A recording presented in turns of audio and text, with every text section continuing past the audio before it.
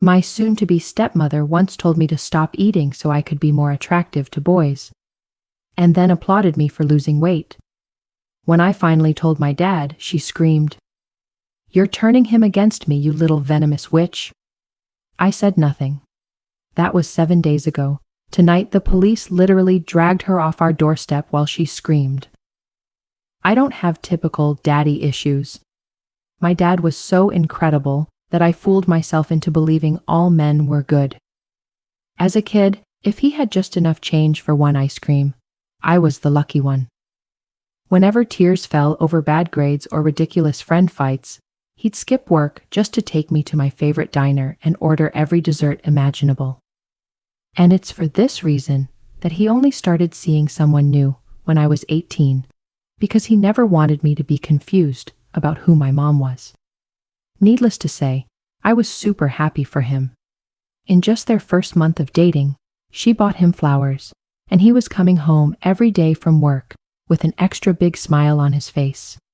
He was practically beaming, and it wasn't until I finally finished high school that I was allowed to meet her. She spoke softly, and I got the impression that she was the type of woman any man other than my father would take advantage of. Very kind.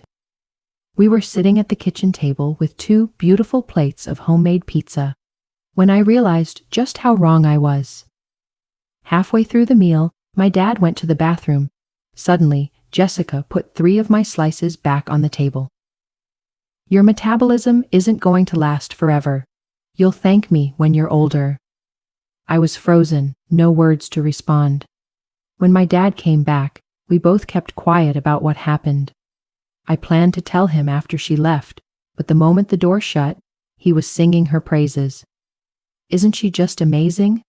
I'm thinking of popping the question soon. What do you think, darling? His happiness lit up the whole room. There was no way I could kill that vibe. Yeah, she's incredible. A few mornings later, I woke up to a surprise, a flashy brochure for a Miami vacation. "Honey, this Miami resort is slashing prices big time. Thought the 3 of us could make a trip? You, me, and Jessica?" The pit in my stomach dropped like a stone. "No, you and that crazy bitch can count me out." I wanted to scream, but instead, I plastered on a fake grin and said, "Sure, I'm in." He flopped on my bed and booked it right then and there on his phone. I vowed to make this trip count, packing every summer outfit I owned, tube tops, linen pants, shorts, the whole shebang. The sun hit me the second we arrived, and honestly, I felt like I'd taken some kind of energy boost. Jessica and I were lounging on sunbeds when I felt it, a sharp pinch on my arm. "Sweetheart, you look like a damn beluga whale," she spat, disgust dripping from her voice. Without hesitation, she grabbed my food tray and tossed it away. "If you want the boys to notice you, you can't be a greedy pig." My cheeks burned, not from the sun, but pure shame. Was I really that hideous? The urge to disappear, to shield my body from prying eyes, hit me like a tidal wave. I think she caught on because she tossed me a towel with a smirk, ordering me to cover up. I guess 18-year-olds are easy to manipulate because I spent that whole weekend starving myself or faking bites in front of my dad to keep him calm. Jessica kept showering me with praise, promising I'd soon look like her. Even after the trip ended, I couldn't stop starving myself. 3 weeks later, I caught my reflection, pale, drained, hair falling out in clumps. I could barely stand without wobbling. As I checked myself, my dad burst in, tears flooding his eyes. "Sweetheart, what the hell have you done? Have you been starving yourself? You look ghostly." Starving and foggy-headed, all I could think about was food, and I couldn't hold the secret any longer. So I blurted out the first thing. Jessica said I needed to lose weight. I said it like it was nothing, totally clueless about what was coming. "What?" My dad's tone snapped, darker and scarier than I'd ever heard. He said nothing else, just scooped me up and marched me to the kitchen to make my favorite, homemade lasagna. Eating, it hit me how stupid I'd been, and I promised myself to stop torturing my body. Then my dad's voice tore through the house. The first time I'd ever heard him yell. When he came back, his face was flushed red with rage. Jessica was the reason. "We're done," he said. "Wait, Dad. I don't think she meant to hurt me." "It's not your fault," I started, but he cut me off. "She's an adult. She should have known better." He flopped next to me and we spent the day binge-watching Stranger Things, our little safe haven. Then his phone buzzed. The message from Jessica hit like a sucker punch. An ultrasound photo with the words, "It's yours. We either get back together or you say goodbye to your baby." It felt like a slap to both our faces. I stared at the message, heart pounding like a drum threatening to burst. I fired off a quick reply to Lauren, our mutual friend who introduced them, asking what "done this before" meant. A cryptic line she'd sent me earlier that day. Her reply hit my inbox fast, phone buzzing in my clammy hand. Jessica faked a pregnancy 2 years ago with her ex Declan. She bought fake ultrasounds online. When Declan demanded she get checked by a doctor with him, she staged a miscarriage. By then, she'd moved in and cut him off from everyone. My fingers shook as I typed, "How can I trust this?" She fired over screenshots of old chats between her and Jessica, plotting to trap Declan in sick, vivid detail. There were even pics of Jessica sporting a fake belly. The silicone edges clearly visible if you squinted. "She's a ticking time bomb," Lauren typed, sending shivers down my spine. "She isolates and manipulates. When I called her out on Declan, she smeared my name and wrecked my life. I had to flee town. I thanked her and swore to watch my back." Relief and dread warred inside me. This was the evidence I craved, but I had to tread carefully with Dad. He was so hooked on Jessica he might dismiss me as the villain trying to ruin his happiness. That night Dad dropped a bomb, voice calm as he stirred a pot of pasta neither of us really wanted. "I've been thinking," he said, avoiding my eyes, watching the boiling water. "Jessica and I are getting a place together for the baby." My stomach sank, that awful freefall feeling. "What? When?" "We found a place closer to her doctor. I'm moving in next weekend." He finally looked at me, guilt etched all over his face. "You can stay here, of course. I'll cover the bills." "Dad, you can't do this. You barely know her," I begged, desperation cracking my voice. His face hardened, the gentle man I knew replaced by a stubborn stranger. "I know her better than you think. She's carrying his baby? Or is she?" I grabbed my phone, fumbling nervously. "Dad, you need to see this." Just then, the doorbell shattered the silence. Dad stood, shoulders tense, signaling the fight wasn't done. Jessica stood there, casserole in hand, a loose dress stretched over a carefully padded belly, crafted to mimic pregnancy. "Surprise," she sang sweetly. "I made your favorite Larry, chicken pot pie." Dad's face lit up like a kid on Christmas as he welcomed her in. The tension in his shoulders melted away. Watching him fawn over her, taking her dish and pulling out her chair at our family table, the same one Mom used to sit at, made my stomach churn. "Thought we'd have a nice family dinner," Jessica said, eyes darting to me with thinly veiled contempt, a serpent stalking her prey. She dominated dinner, rambling about nursery paint and baby names, hands always cradling that fake belly. Dad hung on every word while I pushed food around, the pot pie tasting like ash.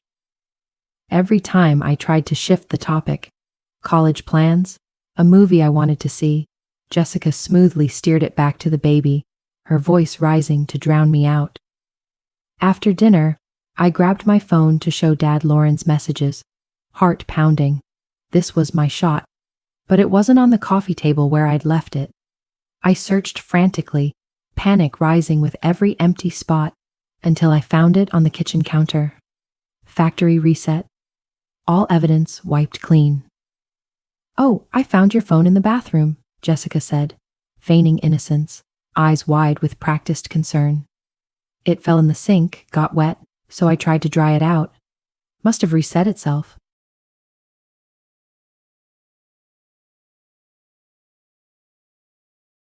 Dad's frown deepened. Disappointment etched in his brow. Jessica's just trying to help. You should be more careful with your things. I stared at him in stunned disbelief. A stranger wearing my dad's face. The man who once took a day off work because I was upset over a bad grade was now scolding me for something I didn't do. Choosing to believe a woman he barely knew over his own daughter.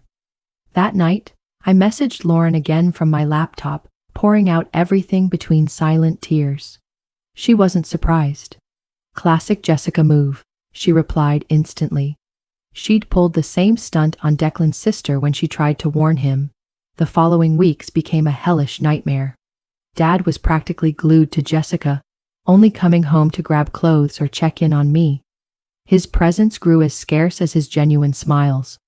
When he was here, he was distant, irritable, eyes glued to his phone waiting for her messages.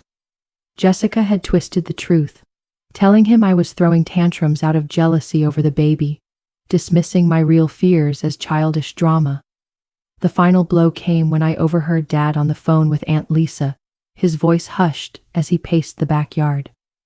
I know it's asking a lot, but can she stay with you until things settle with the baby? A pause, then presumably Aunt Lisa's reply. Just temporary, until Jessica and I adjust to the newborn. He was serious, planning to send me away so Jessica could have him all to herself, erasing me like I was nothing more than an obstacle, not his daughter. I knew I needed rock-solid proof, something so undeniable even Dad couldn't turn away. If he wouldn't listen to me, maybe Jason, his best friend since college and my lifelong uncle figure, would get through to him. I reached out to Jason, spilling everything. Lauren's messages, my phone's reset. Skeptical at first, but his protective instincts kicked in, and he agreed to dig into Jessica's past. 2 weeks later, Jason's call came, voice grim. You were right, he said bluntly. A buddy at Memorial Hospital's records confirms Jessica was never registered as pregnant, despite telling your dad otherwise. That's not all, he added as I collapsed on my bed, relief flooding me. My wife's cousin works at a baby store in the mall. She recalls Jessica shopping months ago, before meeting your dad, for those fake silicone pregnancy bumps actresses wear. Relief washed over me, head spinning. Someone finally believed. Jason agreed to confront Dad but warned it might blow up. Dad's stubborn once he's made up his mind, desperate for this baby to be real. The next day, after my part-time shift, I found Dad at the kitchen table, shell-shocked, pale, eyes hollow. Jason sat across, a folder of printed evidence spread out like a prosecutor's case. Tell her what you told me, Jason urged softly. Dad looked up, red-rimmed eyes empty. Jessica's been lying, he rasped, words cutting deep. That baby can't be mine. The timing's all wrong. I wanted to scream, I told you so, but seeing the broken look on his face stopped me. So instead, I sat down beside him and took his hand, feeling how cold his fingers were in the warm kitchen. I'm sorry, Dad. He squeezed my hand tightly, desperation in his grip. I should be the one apologizing. I didn't listen. I let her come between us. Jason cleared his throat, serious now, the usual smile gone. There's more. Jessica's done this before. At least 2 other guys I found. One even sued her. Dad's phone buzzed. He flinched. Jessica, where are you? We're looking at cribs today. Found the perfect one for baby James. He snapped his phone off, pushing it away like it was poison. I need to end this face to face. No, I said firmly, surprised by the strength in my own voice. That's how she manipulates you. In person. You need a lawyer. Handle this right. Jason nodded grimly. My sister's a family lawyer.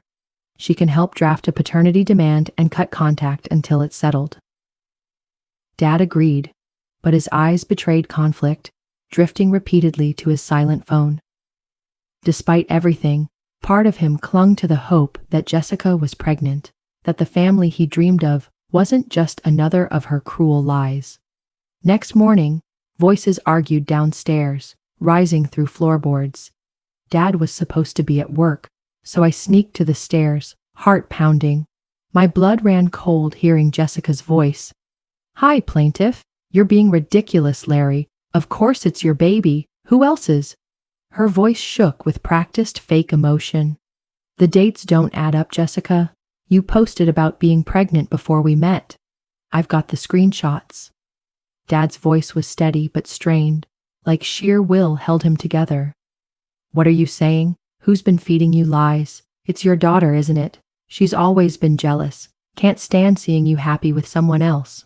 I held my breath, nails digging into my palms, silently praying Dad wouldn't fall for it again. "I want a paternity test," he said firmly, voice clear and unyielding. Jessica's voice went icy, sweetness dropping like a mask. "So you don't trust me after everything? It's not about trust. It's about facts." "Facts?" she spat venomously. "Here's a fact. Push this, and you'll never see that baby. I'm going to tell everyone you walked out on us. Your boss, your friends, everyone's going to see the real you." I'd had enough. Fueled by fury, I stormed down the stairs, phone in hand, recording, catching every damn word. "Get out of our house," I said, voice steadier than I felt, adrenaline buzzing in my veins.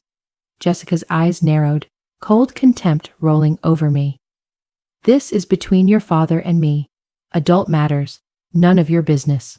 She spat adult, like I was some kid, not an 18-year-old woman.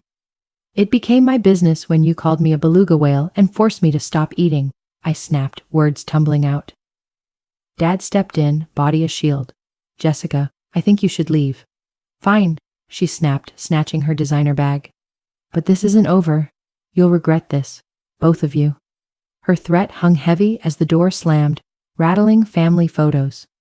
After she stormed out, Dad sank onto the couch, head in hands, suddenly aged. "War. I've been such an idiot," he whispered, voice muffled. "It's not your fault," I said, sitting close, couch sinking under us. "She's manipulative. She knew exactly how to get to you." He looked up, eyes heavy with remorse that shattered me. "But I should have trusted you. I'm your father. I'm supposed to protect you, not—" He trailed off, burdened by his failure. "We'll get through this," I promised, meaning every word. Days passed quietly, too quietly, like the calm before a storm. Dad formally requested a paternity test through his lawyer. Jessica retaliated with a flood of texts. Tearful pleas one moment, vicious threats the next. Dad stayed silent, following his lawyer's advice. Then the social media assault hit, blindsiding us. Jessica posted tearful videos accusing Dad of abandoning her and their unborn baby. Her makeup smeared perfectly, tears staged for hours. She launched a fundraiser for single moms betrayed by partners, starring herself as the heartbroken victim. People we knew flooded comments. Some blindly took her side, others confused, asking Dad what was going on. Dad refused to engage, sticking to his lawyer's advice to stay silent until the case was over. I could see the pain etched deep in him, the way he flinched every time his phone buzzed. The worst was Jessica showing up on my college campus, stalking me relentlessly, making me glance over my shoulder constantly. I'd catch her eyes on me from her car in the parking lot, or she'd accidentally brush past me in the cafeteria, flaunting a bigger, obvious fake baby bump. "Your dad will come around," she'd say with a cold smile that never touched her eyes. "Men always do when a baby's involved. When he does, you'll be out for good." I began documenting every encounter, every threat. My phone became my weapon, always ready to record. I refused to let her get away with this.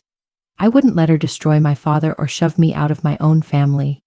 One evening, Dad and I were eating a quiet takeout Chinese dinner, neither really tasting it. The doorbell rang, freezing us mid-bite. Jessica stood there looking distraught. Mascara streaked down her cheeks like rivers, hair deliberately messy. "Please, Larry, I need to talk," she sobbed, voice cracking on cue. "I'm having complications with the baby. The doctor says I need less stress."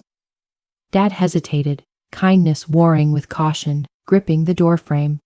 Jessica, all communication must go through my lawyer, you know that. Screw your lawyer, she cried, voice rising like a tempest. This is about our child. I stepped forward, unable to stay silent against such blatant manipulation. If you're having complications, you should be in the hospital, not here harassing us. Jessica's eyes flashed venom, mask slipping briefly to reveal her true face. You've poisoned him against me, you little bit. Can't stand seeing him happy with someone else. Enough, Dad said firmly, voice no room for debate. You need to leave. Fine, she hissed, face twisted with rage. But remember this moment when you tell your child why you weren't there. The guilt hung thick like poison gas. After she left, Dad called his lawyer to report the incident, voice steady despite shaky hands. The next day, an Instagram message request from an unknown account made my stomach twist. It was a photo of me walking to class, taken secretly behind a tree, captioned, "Accidents happen to girls who don't mind their own business." The threat was crystal clear, freezing my veins. I showed Dad, whose face went ghostly with fury as he called the cops immediately. They filed a report, but said without concrete proof of threats, there wasn't much they could do. They advised me to stay alert and maybe change my routines, advice that did nothing to ease my fears. That night, Dad and I had a deep talk, sitting at the kitchen table where this nightmare started, with Jessica's homemade pizza. Maybe you should stay with Aunt Lisa for a while, he said, worry etched in his eyes. Just until things settle. No, I said firmly, hands planted on the table. That's exactly what Jessica wants. To divide us. We have to stay united. Dad nodded slowly, a faint smile breaking through his worry. You're right, but Jessica is unpredictable. A few days later, Jason called, heart pounding. He'd found a recent post from Jessica in a private Facebook group for expectant moms, dated just a week ago, claiming she was 20 weeks pregnant. If true, that baby couldn't be Dad's. They'd been together only about 14 weeks before splitting. Dad's lawyer advised caution. We needed more than screenshots Jessica could claim were fake or misleading. We needed her to admit the truth, preferably recorded, undisputable. The chance came quicker than expected. Jessica posted desperate updates about fighting for her family and how some will do anything to split parents. She announced a small pre-baby party at her apartment, inviting several of Dad's friends and colleagues, a clear move to corner him. It's a trap, I warned Dad, reading the digital invite she emailed him. She's trying to humiliate you publicly if you don't show. It's an opportunity, Dad replied thoughtfully, that spark of strategist I knew returning. If we both go, with Jason as backup, we'll hatch a plan over coffee and leftover pizza. Dad would attend with Jason, playing conciliatory but non-committal. I'd arrive separately, staying low-key. Our goal, make Jessica talk pregnancy timeline in front of witnesses, catching her in a lie so blatant even fans couldn't ignore. The day came. Sunny, deceptively cheerful. Dad and Jason went in first. I waited in Jason's wife's car across the street, stomach twisting. 20 minutes later, I got the text and entered the building. Heart racing with every step up the stairs, I caught Jessica's priceless reaction, a brief flash of pure hatred swiftly hidden behind a shocked smile that didn't reach her eyes. Oh, didn't expect you, she said, voice strained beneath the polite words. Wouldn't miss it, I replied sweetly, mirroring her fake tone. After all, we're celebrating my future half-sibling. Pink and blue balloons filled the apartment. A cake proclaiming, Baby Patterson coming soon, sat perfectly iced on the table. Around a dozen guests mingled, Dad's coworkers and some strangers, all sipping sparkling cider from plastic champagne glasses. Jessica was the flawless hostess, one hand always on her barely there bump, the other lightly touching guests' arms as she laughed at their jokes.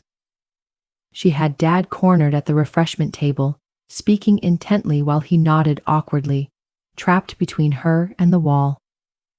I moved through the room, secretly recording snippets on my phone hidden in my hand. Several guests gushed about how thrilled they were Jessica was finally pregnant after so long trying. One woman, Jessica's cousin Maya, got particularly chatty after a few glasses of wine. Definitely not cider. Her cheeks flushed, words slurred. Jessica's wanted this for years, she confided, leaning in close, breath reeking of alcohol. Since her breakup with Declan, she's been shattered after that miscarriage. Declan? I asked innocently, playing dumb.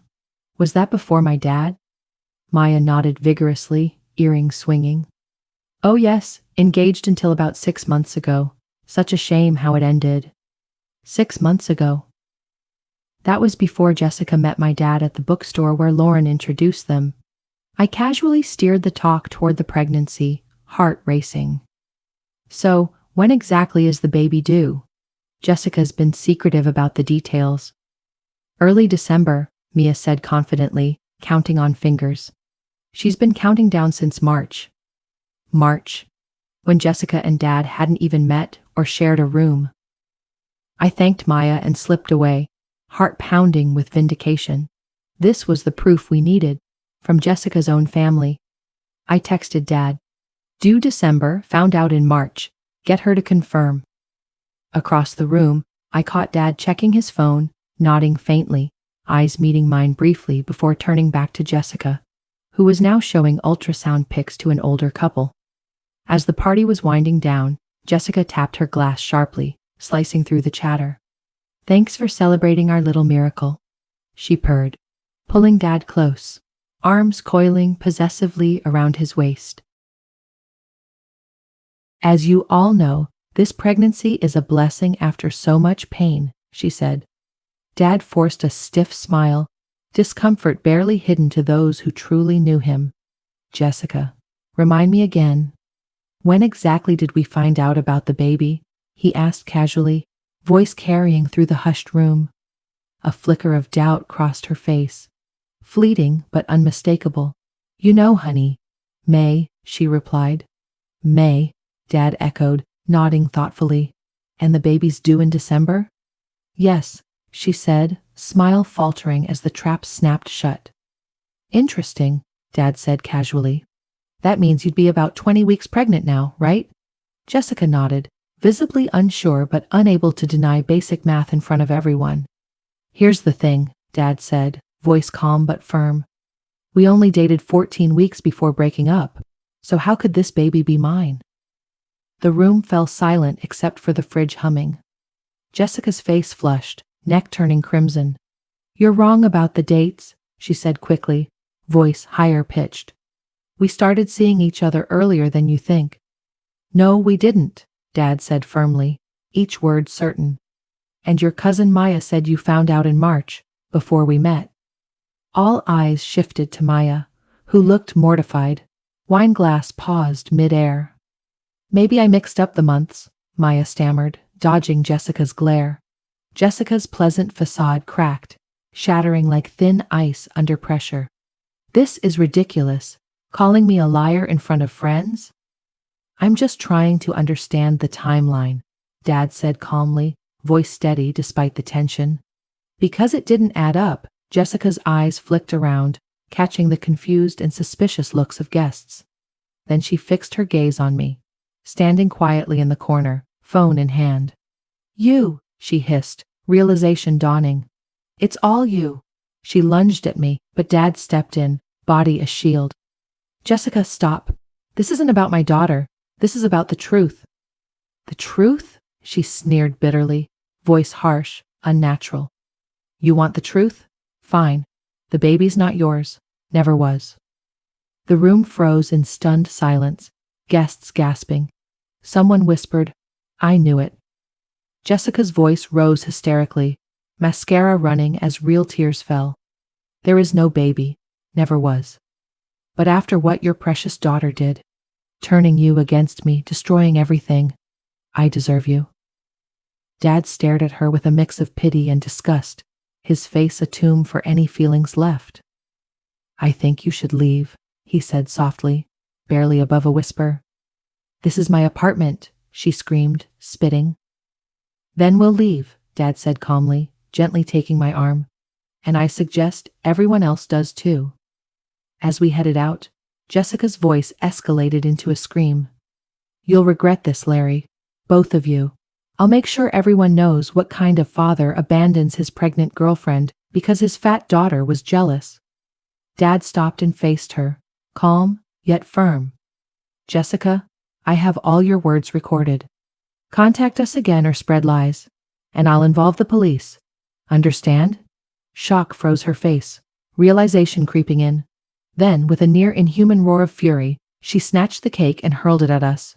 It missed, exploding blue frosting against the wall. "Get out!" she screamed, voice cracking. "All of you, get out!" We fled quickly with the stunned guests. No one dared stay in Jessica's path of rage. In the hallway, Jason patted Dad's shoulder, relief clear on his face. "You handled that well, man." Dad looked drained but relieved, the weight of weeks of manipulation finally lifting. "Let's go home." In the car, I finally exhaled, body sinking with relief. "It's over," I whispered, barely daring to believe it. Dad squeezed my hand warmly. "Yes, it's over, but it's not quite done yet." That night, Jessica flooded Dad's phone with messages, threats, pleas, accusations, each more frantic than the last. He blocked her after a few. Then she started calling from different numbers, unfamiliar but voice unmistakable. After the third call, we unplugged the landline. Silence felt like a blessing. Around midnight, a car screeched into our driveway, tires squealing on the sudden stop. Jessica stumbled out, clearly drunk, pounding on our door. Each thud echoed on the wood. "Larry, I know you're in there. We need to talk." Dad called the cops as I recorded her through the window, my phone catching every slurred word and wild gesture. She screamed incoherently, pausing for dramatic sobs, mascara running in black streaks down her face. "You're choosing that fat cow over me. She'll never make you happy. She'll just drag you down like always." Police arrived, lights flashing red and blue down the street. Jessica tried accusing Dad of assault, pointing to a bruise on her arm, suspiciously like makeup. Luckily, my recording proved she was already agitated before Dad opened the door, bruise visible. Officers escorted her off with a warning. One stayed to take our statement for a restraining order. The next morning, Dad's phone exploded with messages from friends and coworkers asking what happened. Jessica posted a long rant on social media, accusing Dad of everything, abandonment, abuse, but her credibility was gone. Too many witnessed her meltdown at the baby shower, heard her admit no baby existed. Dad's lawyer filed for a restraining order, granted due to Jessica's harassment and threats she sent me. Later, Jason told us she fled town, unable to face the shame of exposure, moving back to her hometown miles away. Slowly, our life returned to normal, the nightmare fading like a receding tide. Dad and I rebuilt our bond, spending evenings cooking and watching our favorite shows. Familiar routines mended what Jessica tried to shatter. He apologized over and over for doubting me, letting Jessica wedge between us. His regret showed in every extra scoop of ice cream he brought home, every time he asked about my day and actually listened. "I was blinded by the idea of having another child," he admitted one night as we watched Vampire Diaries on the couch. The familiar drama of Elena and the Salvatore brothers playing out on screen. "I think I was trying to recreate our family, give you a sibling, make everything perfect again." "Dad, you don't need to make anything perfect," I told him, truth settling deep inside me. We were already perfect. Just the two of us. He smiled, tears shimmering in his eyes reflecting the TV light. "When did you get so wise?" "I had a good teacher," I said, resting my head on his shoulder, breathing in his familiar aftershave scent. 2 weeks later, on a rainy Saturday morning, Dad surprised me with a stack of pancakes, drizzled in real maple syrup and a small wrapped gift. "What's this for?" I asked, fingers tracing the silver ribbon. "To make up for missing your birthday," he said, referring to the dinner we had planned. ruined by Jessica's perfectly timed emergency. Open it. Inside lay a delicate silver necklace with 2 interlocking circles, glinting in the kitchen light. One for each of us, Dad said softly, voice thick with emotion. To remind you, no matter what, it's you and me against the world. I hugged him tight, feeling safer than I had in months, the cool necklace pressed between us. Jessica almost destroyed us, nearly tearing apart what had always been unbreakable. In the end, she only forged our bond stronger, tempered by fire and steel. That afternoon, while making a grocery list, Dad suddenly looked up, pen hovering mid-air. You know, I've been thinking about what you said, that you have the opposite of daddy issues. I laughed, recalling words that felt like a lifetime ago. Yeah, I hope that's still true, he said, eyes searching mine seriously. After everything with Jessica, I wouldn't blame you if your view of me changed. I shook my head firmly, no hesitation. Dad, you made a mistake, but when it mattered, you chose me, you believed me. That's what counts. He smiled, relief flooding his face like sunlight after rain. Lasagna for dinner? Definitely. I grinned, warm memories of that healing meal between us. And maybe ice cream for dessert. 2 scoops, he promised, eyes crinkling. 1 for each of us.